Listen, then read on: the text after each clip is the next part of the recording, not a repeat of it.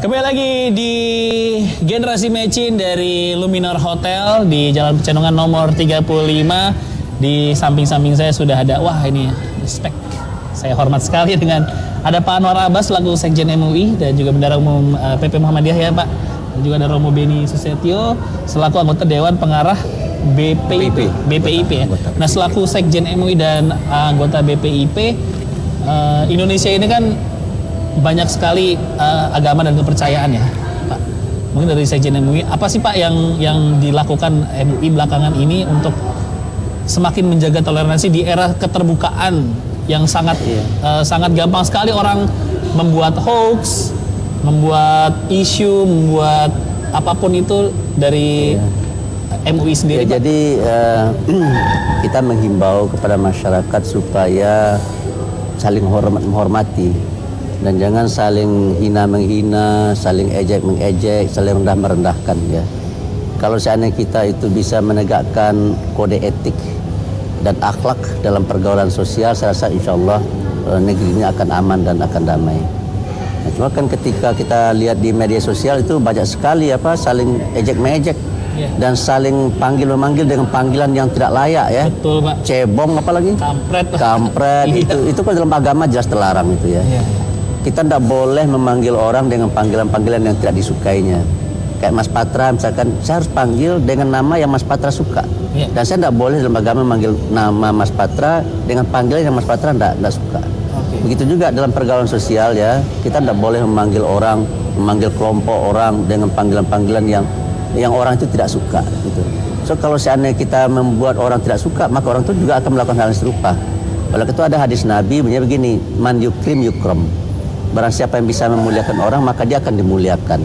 Barang siapa yang menghormati orang, maka dia akan dihormati. Dan sebaliknya, barang siapa yang mengejek orang, maka dia akan diejek. Barang siapa yang menghina orang, maka dia akan dihina. Oleh itu bagi saya ya atas nama Sekjen MUI bisa menghimbau supaya kita sterilkanlah kehidupan kita ini dari ejek-mejek, hina-menghina dan panggil-memanggil dengan panggilan-panggilan yang tidak disukai oleh orang yang kita panggil. Oke, dari Romo mungkin ada langkah-langkah dari BPIP untuk kalau BPIP kan jelas ya bagaimana membatinkan Pancasila itu kan dalam penggayatan kan. Kalau orang menggayati pada Tuhan Yang Maha Esa, orang itu kan punya belas kasih. Nah, belas kasih itu kan orang tidak akan menghancurkan karakter seseorang. Lah, bagaimana sekarang etika media sosial itu penting. Nah, dalam etika media sosial itu dikembangkan adalah bahwa martabat manusia itu menjadi harusnya dijaga, dihormati. Jadi jangan lagi memberikan stigma negatif atau menghancurkan karakter dengan sebutan-sebutan binatang, sebutan-sebutan yang kurang berkenan lah. Itu kan tidak sesuai dengan etika dan moral. Jadi mengembalikan Pancasila itu menjadi cara berpikir bertindak benar berasi itu menjadi penting. Karena sejak lama bangsa ini hidup berdampingan kok, damai kok. Artinya karena sejak lama nenek moyang kita itu mengajarkan budi pekerti, sopan santun, menghormati orang tua, menjunjung tinggi perbedaan, dan juga menjunjung tinggi kebudayaan. Sehingga setiap orang yang datang pada suatu daerah, maka dia menghormati kultur budaya setempat. Itu penting, itu yang disebut orang punya kearifan. Nah, membangun kearifan ini sangat penting ke depannya. Jadi karena bangsa ini terdiri dari ribuan suku bangsa dan juga terdiri dari bermacam-macam agama. Makin saling menghormati, menghargai, dan yang penting lagi adalah memupuk persaudaraan sejati gitu. Jadi kita ini sebenarnya bangsa yang sudah mengatasi toleransi. Toleransi dari kata tolerar kan. Saya menghormati perbedaan sudah, tapi enggak loh. Karena kita diajarkan sejak lama itu menghormati perbedaan dan perbedaan. Misalnya persahabatan antara Nasir dan Kasimo itu kan menarik sekali, itu dikisahkan itu. Sampai dua-duanya berbeda politik, pandangan, tapi mereka bersaudara.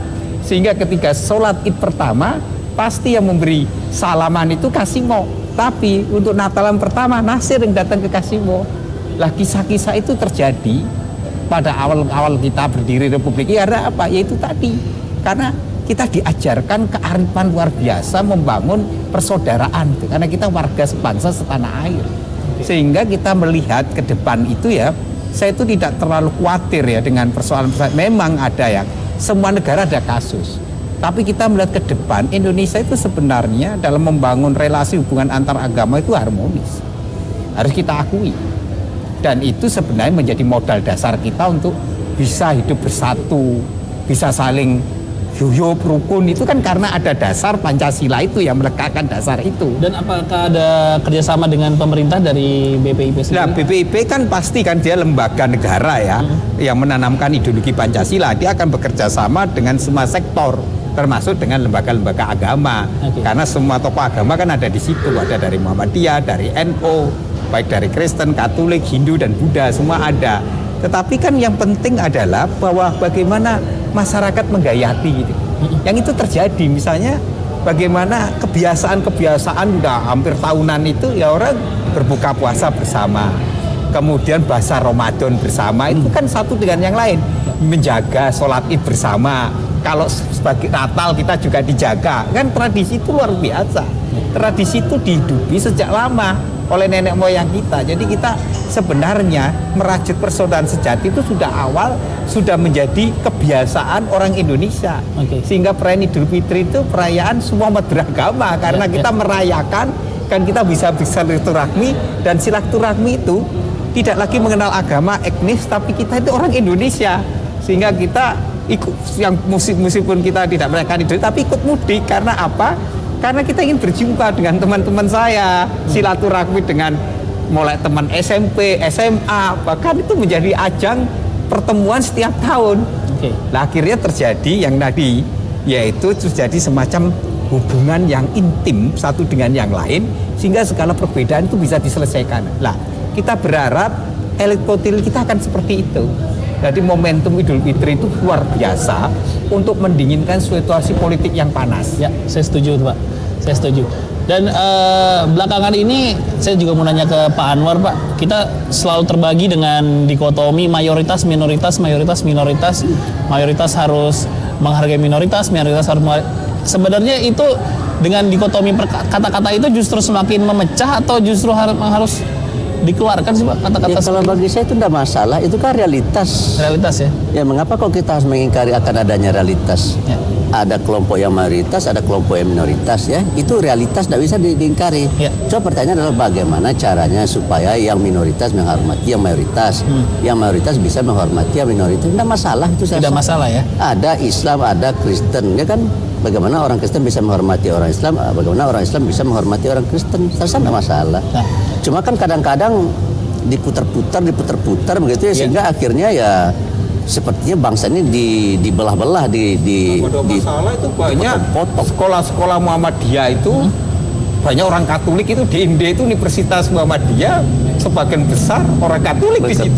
Ya. Dan tapi ada satu pondok pesantren Wali Songo, dosen pengajarnya pastor juga nggak masalah itu deh. Dan banyak kita sekolah pendidikan Muhammadiyah itu universitasnya menampung. Bahkan di Indonesia di Flores itu mayoritas Katolik, tapi pemiliknya Muhammadiyah. Nah, saya juga yang menjadi concern belakangan ini juga dengan segala macam keterbukaan dan percepatan teknologi sekarang ini, segitu terbukanya kata kafir, Pak Anwar, segitu terbukanya kata-kata itu dikeluarkan oleh orang untuk bahkan menghardik seseorang. Itu sebenarnya kalau kata kafir tidak akan bisa dihapus ya. Iya. Itu sudah firman Allah, itu sudah firman Tuhan ya. Cuma ketika saya akan memanggil Romo Beni, ya jangan saya bilang kafir lah ya. Kan siapa nggak dengar Romo Beni gitu kan. Tapi kalau menghapus kata kafir tidak bisa. Itu ada dalam kitab suci ya.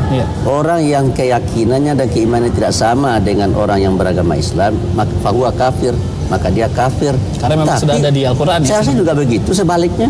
Bagi orang non-Islam mengatakan kami juga kafir kan.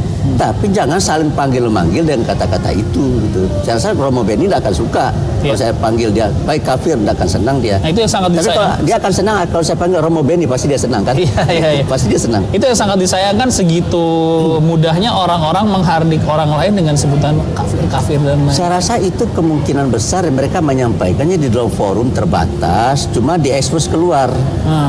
Dia berceramah di depan umatnya kan gitu ya. Kemudian direkam melalui video lalu di-share, didengar oleh kawan-kawan yang tidak seiman, yang tidak sekeyakinan. Ya sudah tersinggung dibuatnya kan gitu ya. Oleh karena itu bagi saya yang penting mungkin barangkali perlu juga saling mengerti dan saling memahami. Kayak saya misalkan dikatakan oleh Romo Beni di kelompoknya apa?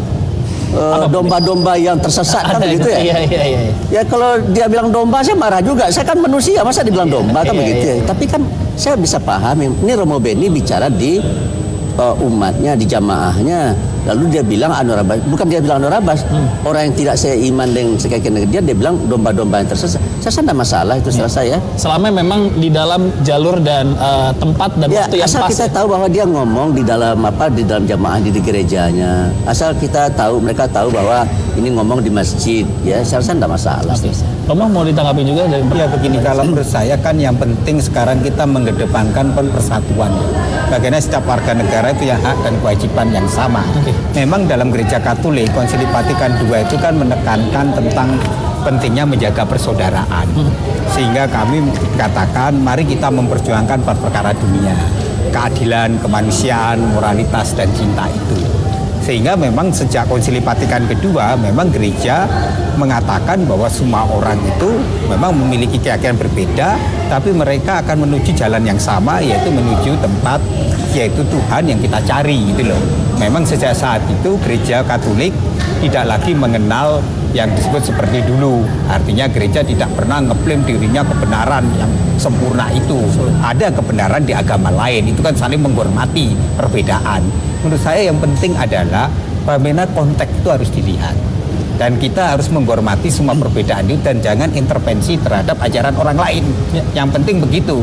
Tetapi dalam kenyataan itu kan kita hidup di bawah itu kan tidak mempersoalkan itu. Jadi yang di bawah itu kan lebih banyak melihat relasi hubungan. Jadi kalau hubungan kita baik di RT, RW, kemudian di tingkat akar rumput itu komunitas basis itu rukun damai, nggak ada masalah. Jadi kita itu sebenarnya diperkuat dengan Pancasila itu. Jadi Pancasila itu yang mampu menyatukan kita sehingga perbedaan agama, keyakinan di Indonesia tidak masalah. Isu yang sekarang lagi banyak disuarakan, suara-suara baik yang pro dan kontra, jangan bawa-bawa agama ke politik lah. Itu yang bikin jadi perpecahan. Sedangkan kita berkehidupan sehari-hari ya, mau itu berpolitik maupun itu kita tidur pun diatur dalam beragama ya. Nah, habis ini kita mau coba diskusikan lagi dengan Pak Anwar dan Romo.